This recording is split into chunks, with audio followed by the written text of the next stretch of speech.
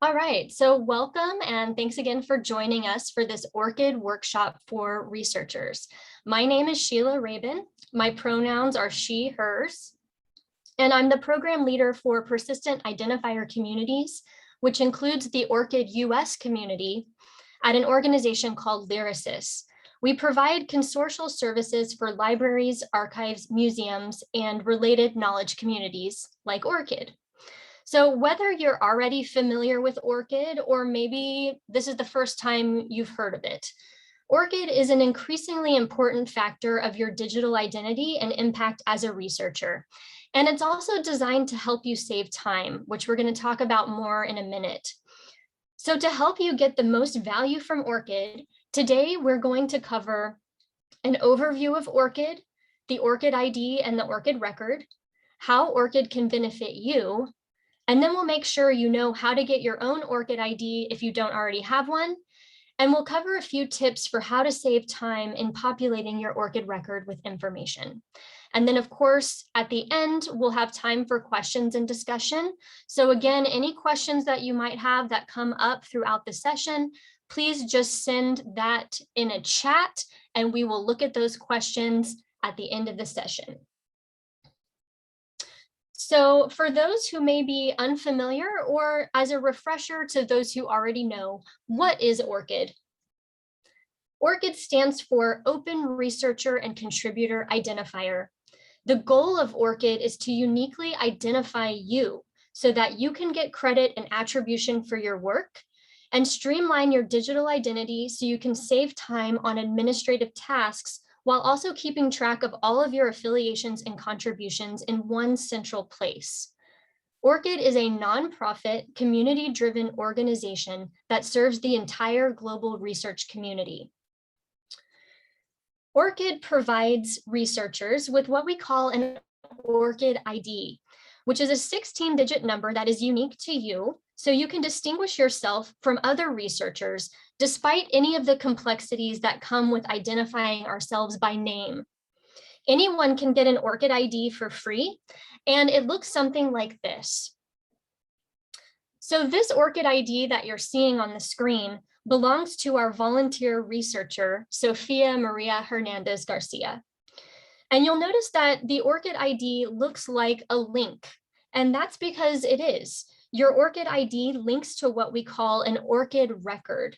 So if we click on Sophia's ORCID ID link, we're taken to Sophia's ORCID record, which is populated with information about her, similar to what you might see on a CV or resume. So here what we're seeing is that she has her employment information. We can also see towards the top of the record that she has her name, other names that she's gone by in the also known as section, a short biography, and then on the left side, she has her email address, website and social links, other identifiers, and her country. And if we were to scroll down on her ORCID record, we would see that she also has her education and qualifications information listed here. She also has her invited positions and distinctions, and memberships and service.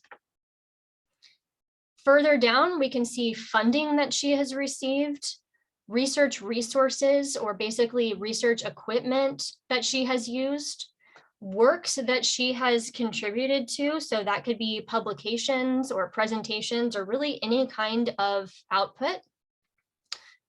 And then down at the bottom, last but not least, we can also see that she has some peer review activity. So that's really the basics of the ORCID ID and the ORCID record. But now let's talk more about the benefits of ORCID. So ORCID distinguishes you from others, and your ORCID ID persists over time, even if your name changes or if anything else in your life changes. And so your ORCID record can bolster your digital identity. In addition to that, many funders, publishers, and research organizations are starting to ask for your ORCID ID or even require an ORCID ID. And ultimately, your ORCID record can save you time when you have to fill out forms that ask for information about you and your research activities. We're going to look at each of these points in a bit more detail.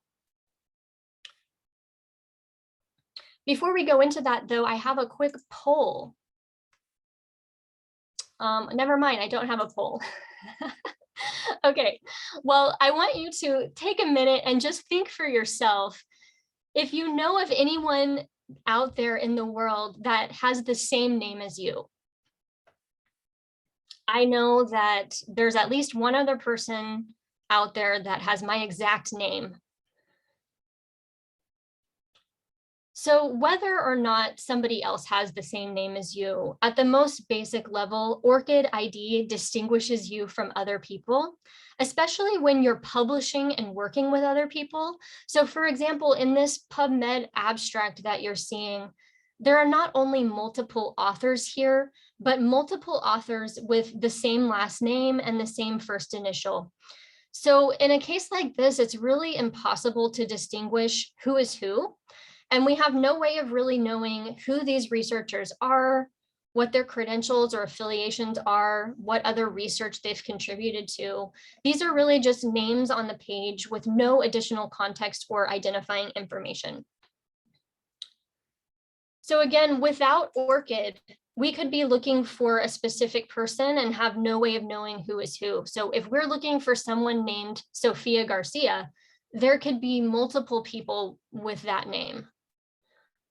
But when ORCID is used, we can just click on Sophia's ORCID ID and see all of her information in her ORCID record. So then it's much easier to distinguish between our Sophia and anyone else who might have the same name and get more context around who these people are, which can also improve recognition and discoverability for you and your research outputs.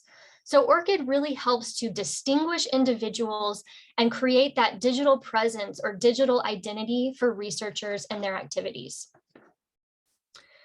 Now, another question I want you all to just think about to yourself is if your name has changed over the course of your life, or maybe you've used different formations of your name over the course of your career. So for example, with Sophia, with all of these different name formations, it's really impossible to know if these are all different people or are they all the same person. We've got Sofia Maria Hernandez Garcia, but also just Sofia Garcia or S. Hernandez Garcia or SM Garcia. How are we going to know who these people are or if they're all the same person? So here again, the ORCID ID is helpful because if your name has changed, or if you've used different variations of your name in the past, your ORCID ID stays the same, and it can tie you to your affiliations and activities throughout your career through your ORCID record. So ultimately, the more you use your ORCID ID and the more information you have in your ORCID record, the more ORCID will serve to distinguish you. The image on this slide that you're seeing is showing what it looks like for multiple authors to have their ORCID IDs linked to their publication. This one is from the Astrophysical Journal letters, and it's from when they got the first image of a black hole. Now we could click on the green ID icon for any of these people if we needed to learn more about them, and we could be taken to their ORCID record and see what information they have there so we can know who these people are. And when you use ORCID, it kind of makes your research contributions more findable. They're centrally located and your contributions are linked to you. And so that helps with making your data and deliverables more easily shared and reused. You can more easily find other researchers and make connections, and you can more easily get recognition for your work. Now we're going to keep talking about the benefits of ORCID, but now we're going to look specifically at how ORCID can benefit you across the research landscape, regardless of how popular your name is or whether your name has changed. So when you think about the very basic aspects of the activities that a researcher is involved in, you get a job somewhere, so you have an employer. maybe at a university or other type of institution. And then you get funding to work on specific research. And then you do that research and you publish the results. And then you typically have to report back on your activities to your employer. And you usually have to report back to the organization that provided your funding. And I know that this diagram is very, very simplistic. And we know that things can get increasingly complex as you continue to work with more and more organizations over time. But when you have an ORCID ID and you have information populated in your ORCID record, ORCID really helps to streamline this process, both for you as a researcher and also the organizations that you work with. So we're now going to look at how ORCID can be used when you're working with funders, publishers, and employers, for example. So when it comes to getting funding, many funders, especially right now in the health sciences, they're kind of leading the way here. Funders are starting to not only ask for ORCID IDs when you're applying for funding, some of them are starting to require ORCID IDs for investigators. And they're asking for this so that the funder can distinguish you. But they also use ORCID to help you save time, depending on what funder you're working with and what systems they're using. And so this list that you're seeing here is just a small amount, a few examples of funders that are using ORCID in their workflows. Obviously, we don't have enough room on the slide to include a full list of all of the funders.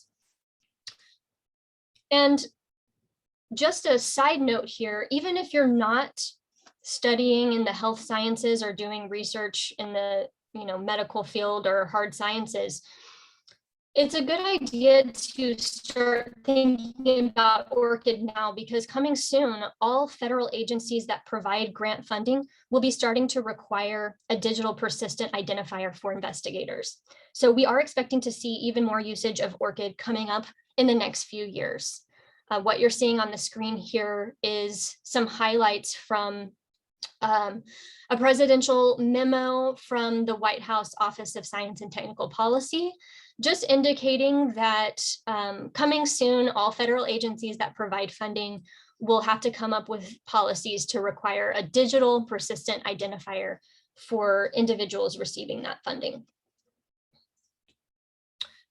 Now, some funding systems will allow you to sign in using ORCID, and that's really helpful, so you don't have to remember yet another password for a different system here. This example is from a system called Proposal Central, which many funders are using, and you might be familiar with Proposal Central. You might have used it before. This is just one example. But anytime you have to submit a funding application, or maybe you received an award and you have to do some reporting, you can look to see if there's an option to log into that funding system using your ORCID information. Now, some funding systems will also allow you to import information from your ORCID record directly into funding applications, and also into progress reports. And that way you don't have to spend time manually filling out forms and retyping all of your information over and over again. You can basically just keep all of your information in your ORCID record. And then if there is an option to import information from ORCID into whatever system you're using, then you can really save a lot of time. The Proposal Central platform that I mentioned is one that allows for this. The example that you're seeing on the slide here is from Science CV, which you might be familiar with if you've ever applied for funding from the National Institutes of Health or the National Science Foundation. So basically, Science CV can be used to create a biographical sketch that's required for NIH or NSF funding applications. And when you're creating a new bio sketch, you can select ORCID as an external source. So down at the bottom where it says choose data source, you'll see the arrow pointing to external source, and you can select ORCID. And then the system will automatically pull in all of the information from your ORCID record, including your biography, employment history, educational background, works, pretty much anything that you already have populated in ORCID. So that's a really good thing to look out for to save time. This is just showing you within Science CV, when you have to enter your publications, there's a tab that has ORCID on it. You click that, and then it will show you all of the works that you have in your ORCID record, and you can use the check boxes to select which ones you want to import. And then finally, some funders will actually add your funding award to your ORCID record for you, so you don't even have to update that yourself. This is an example here of funding that a researcher received from the Children's Tumor Foundation. And you can see that because the source of this funding entry is the Children's Tumor Foundation, which means that the foundation added this information to this person's ORCID record on their behalf. So depending on what funders you're working with, this might be an option for you too, which again, helps you to save time, so that you don't have to worry about entering this information yourself. And we'll talk a little bit more about organizations adding information to your ORCID record for you in just a little bit. Now, when it comes to publishers, I think many of you probably have already caught on that publishers are doing the same basic thing. Many publishers also require an ORCID ID from at least one author. And they have been doing this even longer than the funders. This list here, again, is just a small snapshot of some of the popular publishers that are asking for ORCID IDs and using ORCID IDs in their publishing workflows. And so the benefits here are similar to the funding workflows. Some publishing systems will often allow for you to sign in using your ORCID ID, so you don't have to remember a different password for each publisher that you're working with. The example here is from Springer, and you can see that there's an option to log in using ORCID. You can see that green ID icon there. Now, sometimes, depending on who you're working with, once you log in using ORCID or create or connect your ORCID ID on a registration page or somewhere on the publisher's submission form, they'll often pre-fill forms with information from your ORCID record, and that's designed to help you save time. So you can see on the right side of the screen, this publisher has gone ahead and pre-filled my name, my email address, and my country based on the information that I had in my ORCID record. And then publishers sometimes will automatically add your publication information to your ORCID record for you, like we saw with the funding entry. And again, that saves even more time. And you can tell if a publisher has done this because you can see the source of the work information will be the name of the publisher or whatever institution has added that information. Now, similar to the funders and publishers, a lot of institutional systems can allow you to connect your ORCID ID with the institution. A lot of research institutions, especially universities, are increasingly using ORCID in their workflows. And again, this is just a very, very small snapshot of some of the institutions that are doing this. And these are examples from the United States. Now, I mentioned connecting your ORCID ID with the institution. We have a lot of universities, especially, that allow for this, but also some research institutions. So it really just kind of depends on who you're affiliated with and who you're working with.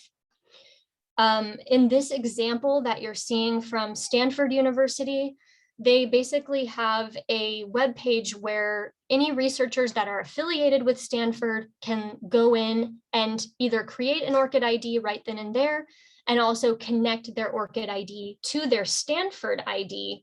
And that will allow information to flow between their ORCID record and Stanford systems. And so many institutions are starting to do this as well. Also, institutional systems like research information management systems or reporting. So if you have to do any kind of annual reporting for your employer, depending on what systems they're using, you might be able to actually import information from your ORCID record into these systems, again, so you don't have to sit there and re-enter your information over and over again.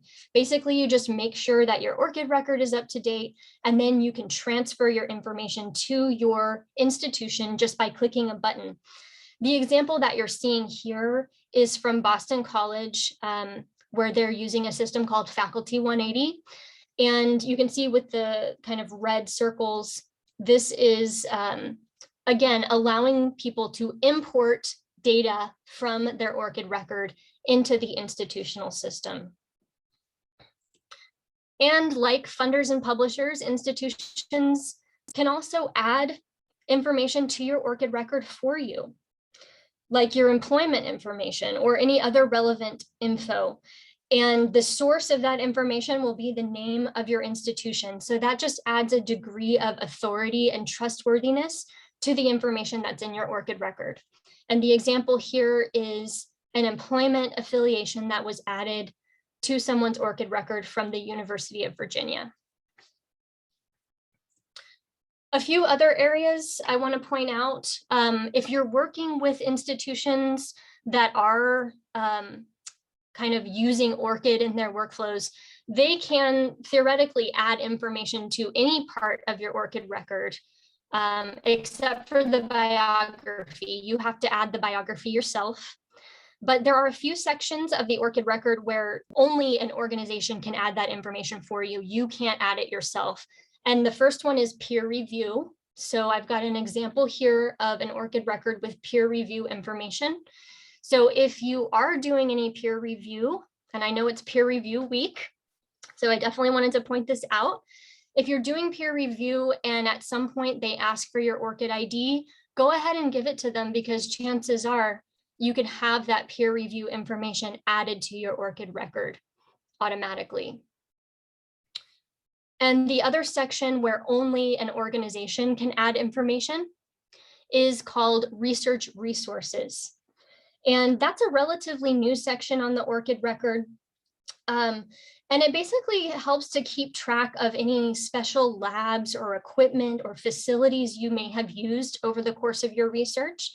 So for example, on this slide, we can see that this person used a high flux isotope reactor at the Oak Ridge National Laboratory. And the lab basically got this person's ORCID ID and then added the usage to this person's ORCID record as confirmation.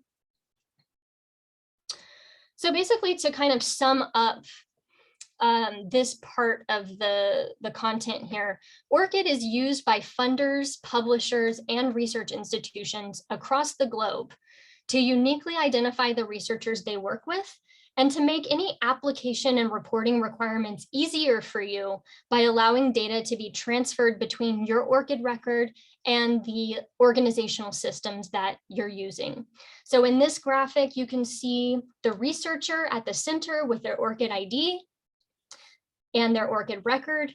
And then the organizations that the researcher works with are able to connect with the researcher through their ORCID ID to not only get information about the researcher, but also to add relevant information to the researcher's ORCID record for them, again, saving time.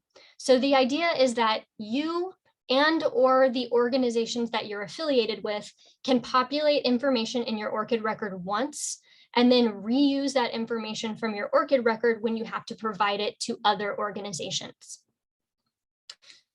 Now, I do just want to note that not every organization or system is using ORCID in this way yet. So the best approach that I would recommend is to just keep an eye out for this green ID icon when you're working with these types of organizations. And if you see this green icon and there's an action to be taken there, like connect your ORCID ID, go ahead and use it, because that will really help you to save time. You'll be able to potentially sign into a system using ORCID, import information from your ORCID record in order to fill out forms or report activities, and also send information from an institutional system to your ORCID record so that it's stored there for future use. All right, so if you don't already have an ORCID ID, it takes about 30 seconds to get one, and it's free. We're going to cover this quickly because I know that many of you already have an ORCID ID, but just in case you don't, the process is pretty simple. You would just go to orcid.org/register. And on the first screen, you'll just be asked for your name and an email address. And it is recommended to add more than one email address so that if you lose access to one of your accounts, you can still access your ORCID account. Next, you'll be asked to set a password for your ORCID account as well as your notification settings. And finally, you'll set your default data visibility settings and accept ORCID's terms of use. Now for the visibility settings, we're going to go into more detail in just a minute, so stand by on that. But basically, that's it. Once you've registered for your ORCID ID, you will receive a confirmation email from ORCID, and you will need to click on that confirmation email basically to just confirm your account so that you can start adding information to it. Now, I also want to point out that if you, let's say you can't remember if you already have an ORCID ID, or you basically forgot that you already created an ORCID ID and you're trying to register for one. ORCID will alert you during the registration process if there is already an ORCID ID that is associated with the email address that you enter. So look out for that. And then also, if you do accidentally register for more than one ORCID ID, there is a process for basically merging the accounts. So that is a possibility as well. Now, once you've registered for your ORCID ID, or if you already have one, you can log into your ORCID record at orcid.org/login. And again, here I want to point out that you can sign in with Facebook, you can sign in with Google.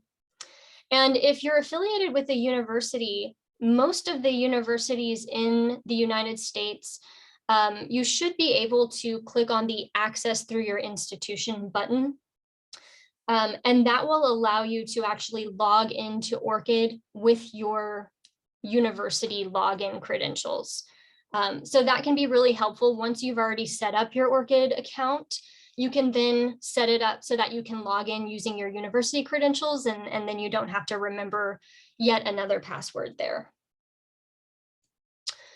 So registering for your ORCID ID is the first step, but remember, to really benefit and save time with ORCID, you need to make sure that you have information populated in your ORCID record. So that's what we're going to cover next. So the more information your ORCID record includes, the more it can benefit you. And you can save time when you're interacting with ORCID-enabled systems.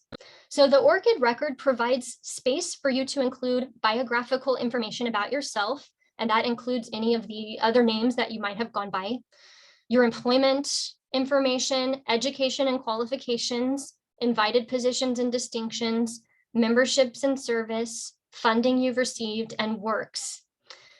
And just, I know we already talked about this, but another reminder is that the peer review and the research resources sections can only be added by trusted organizations. So when you log into your ORCID record, you will not see an option to add those yourself. Now, coming back to the visibility settings, because this is a very important thing to note before we get into some of the tips and tricks. You have full control over the data in your ORCID record, your privacy, and the visibility of your data. Researcher control over your own ORCID record is one of the central tenets of ORCID. It's very important. So you'll notice that when you add information to your ORCID record, or when you set your default visibility settings, there are these three options that you can choose from for each piece of information that's in your ORCID record. And you'll see that when you're logged in. So the options here are everyone. That's the first one. And this means that that information will be public, and anyone on the internet will be able to see that information if they come to your ORCID record. There's also an option to make your information completely private using the Only Me setting. And that means that the information will only be visible to you and no one else.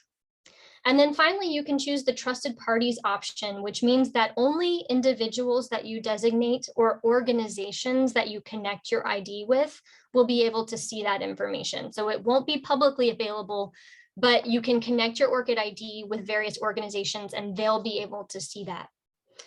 And if you are wanting to save time, it is recommended to either use the everyone or trusted parties if you want to be able to transfer data back and forth. If your data is set to private, you won't be able to import it into other systems. So with these visibility settings in mind, let's cover some tips and tricks for populating information in your ORCID record.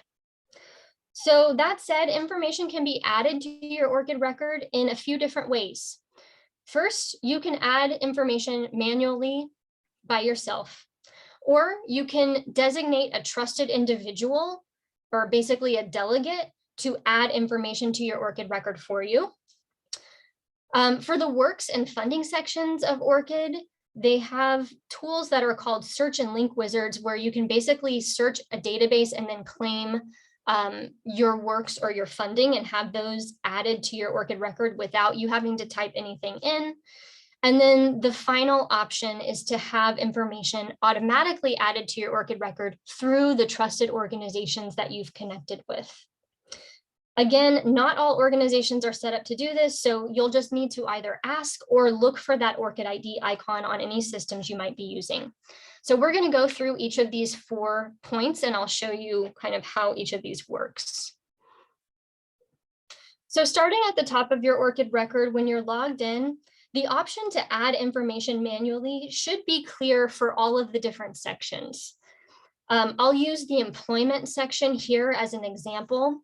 So if you go to the employment section of your ORCID record and you click add employment, and then you start typing your organization name into the box here, you'll notice that a drop down will appear where you can actually select your organization from this drop down list. And when you do that, when you select it from the drop down, first, it pre-populates some of the information about that institution, but also it kind of saves you from having to worry about having typos or things like that if you just type it in. So I encourage everybody to type in the name of your organization, wait for that drop down to appear, and then select the name of the organization from the drop down. And as a little tip, sometimes you have to add an extra space after the name of the organization in order to have that drop down appear. Same thing with education. Same basic process, you go, you add education, you start typing in the name, you select it from the drop down. You can fill out your department and your other info and then click add to the list. And this same process can be used for all of the other types of affiliations in ORCID as well. So that includes qualifications, invited positions, distinctions, membership, and service.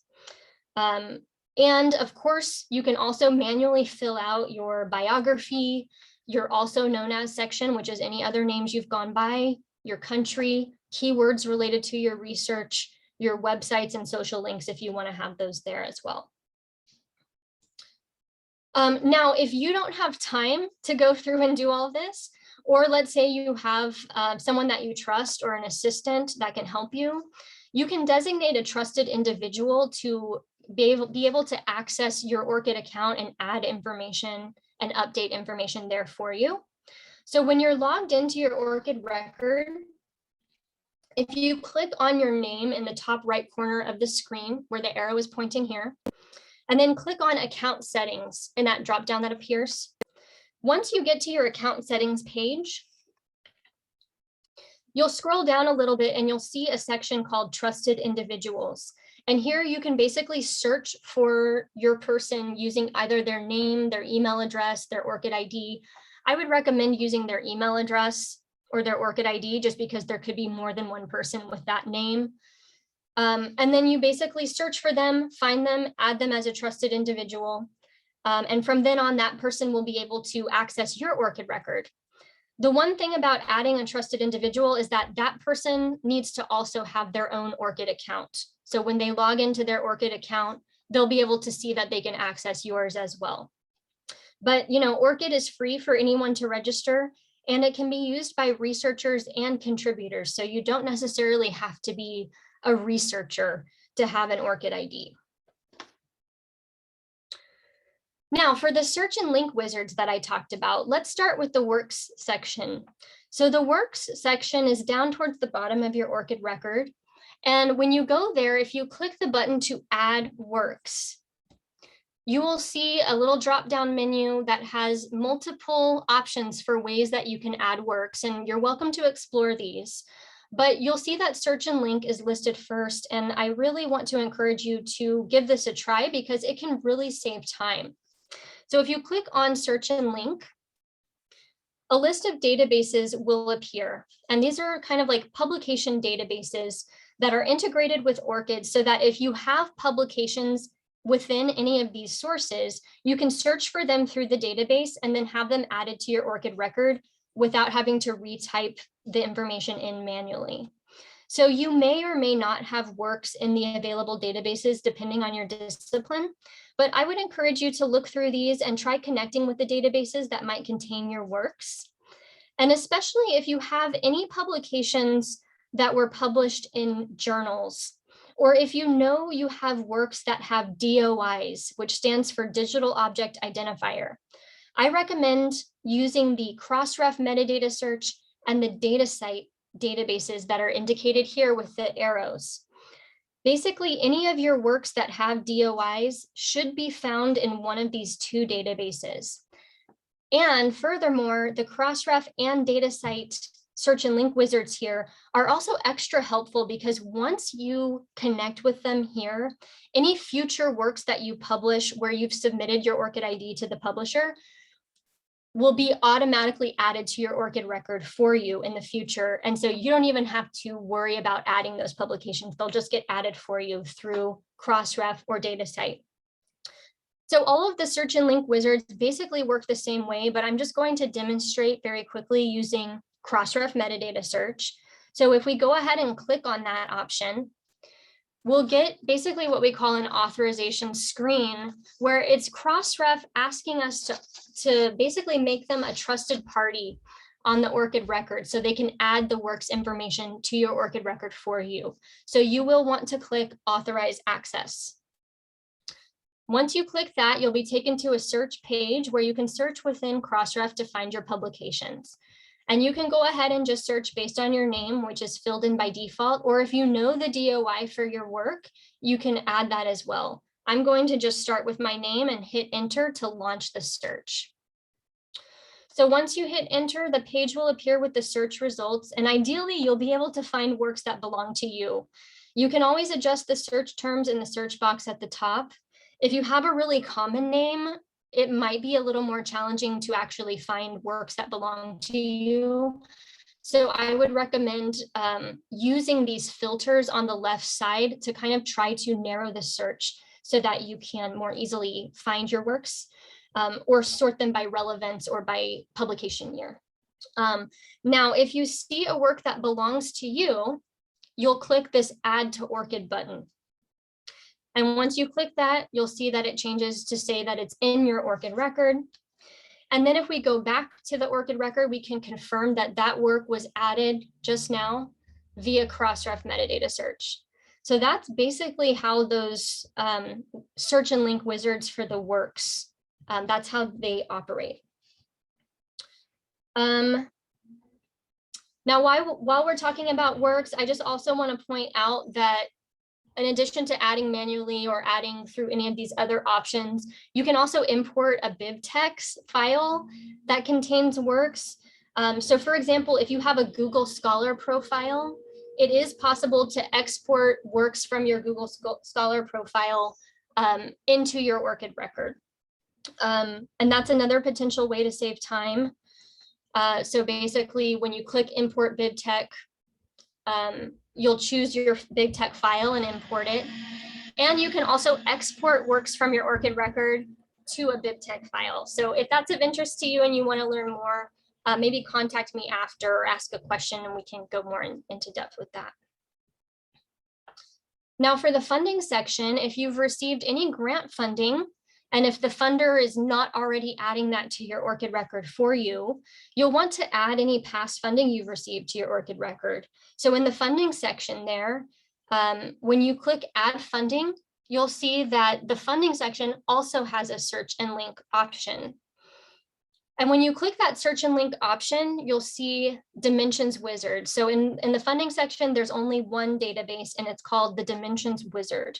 And it's a funding database that's connected to ORCID, so you can find your funding awards and then have them added to your ORCID record for you. So if you click Dimensions Wizard, again, this is a familiar screen. It's Dimensions Wizard asking for authorization to add information to your ORCID record for you. They will always ask permission before they do this. So you'll click Authorize Access. And then similar to what we saw with Crossref, here you can either search for your grant using your first and last name, or you can look for your grant title or a keyword, for example. And once you enter your search terms, you'll see a list will appear that match your search. And if you see one that belongs to you, you can use the checkbox to select it. Then you can scroll all the way down to the bottom of the page and click Next. You'll be asked to review the selections that you made. And then finally, you'll click Submit to ORCID, at which point you can go back to your ORCID record and you can see that this funding entry was added via Dimensions Wizard. And I did not have to retype any of this. It was just immediately imported. So that's a good way to save time. You may or may not have your funding available in Dimensions Wizard, but it's always a good idea to check and see first before you start doing the manual entry. Now, the final option that I had mentioned of how to get information into your ORCID record is the trusted organizations. So trusted organizations can often add information to your ORCID record for you if they are configured to do that. So just keep your eye out for opportunities to connect your ORCID ID with different organizational systems and platforms that you might be using during your publishing, grant funding, and activities reporting. Trusted organizations are authorized through the same process that we saw when we connected with Crossref and the Dimensions Wizard earlier. So typically when you're interacting with the system, you would be asked to connect your ORCID ID, you log into your ORCID record, and then when you see a screen that says Authorize Access, you will click Authorize Access. And that's how you allow an organization to become a trusted organization on your ORCID record. Once you have connected your ORCID ID with trusted organizations, if you go back into your account settings, you'll see that there's a trusted organizations section that will list each of the organizations that you've connected your ORCID ID with. It will tell you when you made that connection, the type of access that that organization has to your ORCID record, and then the little trash can icon, which you can always click on if you want to revoke the access. So for trusted organizations, they'll always ask for permission up front, and then they can add information to your ORCID record for you, so you don't have to worry about adding it. These are just a few more examples where you can see the source of these entries are an organization rather than the person's name. So anytime you're asked to do this, it's always a good idea to say yes and authorize that access, because it can really save you time. And this means that your information has been verified by the organization, and it's kind of more trustworthy that way. Now, once you have your ORCID ID and data in your ORCID record, you can include your ORCID ID in your email signature when you publish, and anywhere else that makes sense in terms of providing a quick, easy way for people to get information about you and your research. And if you're short on time, you might just start with maybe your most recent affiliations and maybe just a few works, so that you at least have some information in your ORCID record. And then you can come back later and add more, or approach it periodically like you would for making sure your CV is up to date. And just continue to look for that green ID icon when you're working with funders, publishers, and other institutions like your employer. There are a number of additional resources available online to help you with your ORCID record. Like I said, this recording will be shared, these slides will be shared, so you'll have some of these links, and we'll make sure to include that when they get emailed out to everybody. But at this time, we're going to go to any questions that you all have put into the chat. So also feel free to, you can email me directly at orcidus@lyrasis.org. If you need support directly related to your ORCID account, you'll want to contact support@orcid.org and they can help you with that. All right, looks like we have several questions, so let me just get these up. Let's see. So I have someone asking that ORCID thinks they have fewer publications than what they actually have, whereas Google Scholar is registering all of the publications. How do you upload these other publications to ORCID? Well, I would say in your case, since Google Scholar already has all of your publications, you could go ahead and do the Google Scholar export to BibTeX, and I can show you actually how to do that.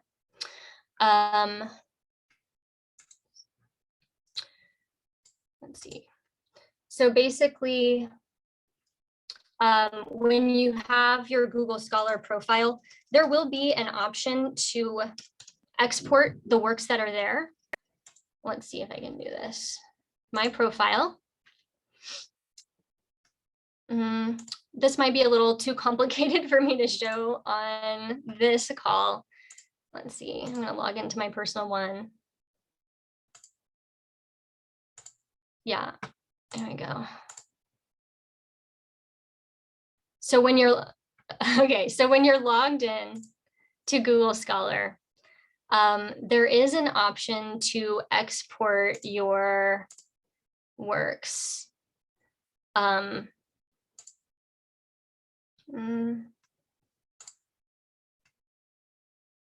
I know I did this recently and now I can't remember how to do it, but it is possible. Once you export them, it'll export it to a BibTeX file. Once you have the BibTeX file, you can import that into ORCID. That should work for you. It's going to vary from person to person based on what works you have and where they're found. Oh, here we go. Google Scholar citations help. There you go. So let me put this link into the chat for everyone. Let's see. If you go there, that will give you instructions. And then also, there you go. All right. Next, let's see.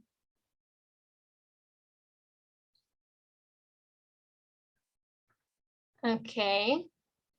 Also, I just want to clarify that ORCID is not going to basically go out onto the internet and search for your publications or funding for you and automatically add them to the ORCID record. You basically, in order to have that happen, you have to use one of the search and link wizards and basically grant permission for that to happen. If your funding sources are not in the dimensions wizard, then you will have to either add them manually or talk to your funder to see if they can add them for you. But basically, your ORCID record is your kind of responsibility and you have full control over what's in there. ORCID is not going to add things to your record for you unless you connect with one of the search and link wizards. So if you're trying to import information from your ORCID record into, for example, your Science CV biosketch, and the information is not accurate, that means that you need to go back into your ORCID record and make sure all of your information is there before you do the import. Let's see, other questions. For the peer review section of ORCID, is this for my own peer review for other journals, or is this for preprint reviews of my articles? The peer review section of your ORCID record is just for times when you have been the reviewer on an article. So it's not about your articles getting reviewed. It's when you have done that peer review work. Okay, let's see. I would like to know how I can import my peer review activity from Publons. So basically, Publons is one of the services that does add peer review information to your ORCID record for you. And they should have documentation online. If you search for Publons ORCID peer review, that should already be there. You have to grant permission for Publons to add those peer reviews to your ORCID record for you. So if you haven't done that, you'll need to look at their documentation. But if you have given your ORCID ID and connected your Publons account with your ORCID ID, then any peer review information or any peer reviews that you do should be able to get added to your ORCID record. So that's more of a question for Publons. If that's not showing up, I would recommend going to their help pages and searching for that. And also for any of these questions, feel free to send me an email at this orcidus@lyrasis.org, and I can go into more depth with some of these questions for each of you personally. There's a question about visibility settings. Is this for the entire site or also by section? So when you first register for your ORCID record, let me see if I can show you this. So I'm in my ORCID account, or actually I'm going to sign in. When you first register for your ORCID record, the visibility settings that you choose there are default. So that means anytime information is added to your ORCID record, by default, that's the visibility setting that it's going to have. Now, after it's added, you can go into each individual item and change that visibility. You know, that's up to you. But your default setting, you can see what it is if you go to your account settings page. Under your account settings, under visibility preferences, if you click edit, you can see what you set as your default here. So my default right now is everyone. So anytime I add something to my ORCID record, or let's say a search and link wizard adds it, or an organization adds it, by default, it's going to be public. If I didn't want that to happen, I would set it to either trusted parties or private. And then if I wanted some items to be public, I could go back into those individual items and change the setting individually. So those visibility settings, there's the default one, but then you can go in and make exceptions to each piece of data. Question about, let's say you have 2 works in your ORCID record that are the same, they're actually duplicates. Now, this will kind of depend. So if the work has a DOI like this, then if you add another work that has that same DOI, ORCID will automatically combine the 2 because it will recognize that they're duplicates based on the DOI. So you can see for this entry, let me see if I can make this bigger for y'all. From this entry, you can see that I've got a preferred source of 3. So I actually have 3 entries, but because they all have the same DOI, they're automatically collapsed into one. And I can choose which one I want to be my preferred source to show on the top. Now, for example, this one has 4. So it will really just kind of depend what you have. If your work does not have a DOI or another identifier, and there's no way for ORCID to know automatically if it's a duplicate. So in those cases, you can go in and you can actually combine works.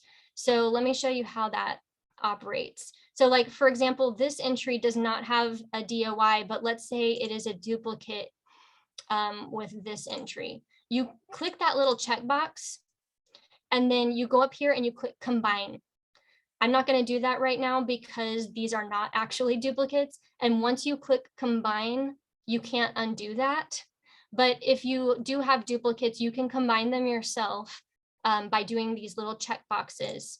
And then it will collapse them like we saw here, and you can choose which one you want to be the preferred source on top. Let's see. Yeah, so I have a question about NSF grants awarded in summer 2021 seem to be not found by ORCID. I had to manually input the information. Is this because the grant is new, awarded in August? There may be a delay like that for recent grants, but also the Dimensions Wizard. Let me just show you this. If you go into the Dimensions Wizard, they used to have a way that you could see what funders, yeah, there you go. Okay, so if you go into the Dimensions Wizard back to the bottom and you click on available data, it'll show you a list of the funders that are indexed in this database. And so you can check that first to see if your funder is participating here. Let's double check National Science Foundation. Should be here. Yeah, it's here. So yeah, my guess is that there's a delay because basically it takes a while to get all that funding information entered into this database. So yeah, if it's a recent grant and they're included here, it's probably just that delay. Sorry.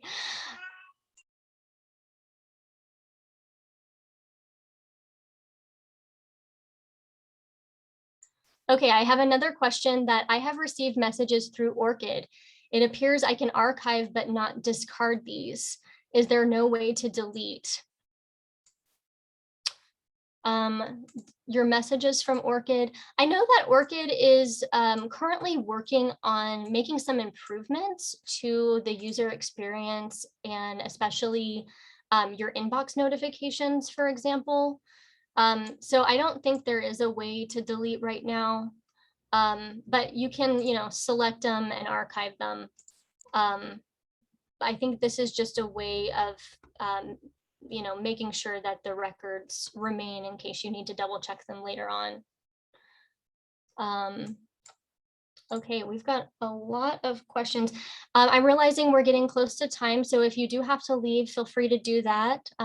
We will send out the recording, and of course, again, my contact information is here, so you can always get in touch directly for help. I did see National Science Foundation in the Dimensions Wizard, so you might check back after a little while to see if your grant is in there now. Let's see. Some faculty have had problems with the transfer of publications from ORCID to Science CV where special characters are not recognized. That I'm not specifically aware of that, but it probably would have to do with the way that those special characters are encoded in ORCID and then the way that Science CV is importing those. I haven't heard of this, but if you have questions about Science CV, please do contact their help desk. On the Science CV webpage, there should be a link to contact the help desk, or like I said, you can email me and we can contact the help desk together. But any issues that you're experiencing with Science CV will need to be addressed on the Science CV side. Okay, let's see. I know we have some more questions. Yeah, more about Science CV. Okay, great. Yeah, if you're having issues with Science CV, again, their help desk is the best place, or contact our email here and we can try to help you as well. Okay, somebody had a question to see if ORCID will be adding a field to include researcher pronouns. Currently, I have mine listed under the name variants field. That's a really good question. Yeah, we can certainly pass this along to ORCID to ask about it. I have my pronouns just in my bio, but yeah, right now there's not a specific field. Let's see, I can show you. But I think it would be great if ORCID did that. But we'll have to see. I put my pronouns here in my bio. I do know that ORCID does not collect kind of like demographic information like age, gender, ethnicity, that kind of thing. And that's a very specific decision on the part of ORCID. So pronouns might be considered in that, but we can always ask and find out. Okay. All right. I think that is all of the questions. If I missed your question, which I may have done, or if you want more information still and you want some one-on-one help, do send an email to orcidus@lyrasis.org. And that will reach me and my colleague Paolo, and we can kind of help you get set up and get pointed in the right direction. If you are going to need help accessing your account, or if you have 2 accounts and you want to merge them, or you forgot your password, that will be questions for ORCID support. So you'll need to contact support@orcid.org. I guess with that, thank you all so much for staying on with us. I hope this was helpful. We will be sending the slides and the recording, and we'll also be sending a feedback survey because we're planning on doing this type of workshop probably once a quarter. So we're going to be doing this same basic session again, but if there are ways that we can improve it, we'd love to hear your feedback. So please stay tuned for that. Other than that, I hope everyone has a great week, and we look forward to hearing from you or seeing you again in another webinar.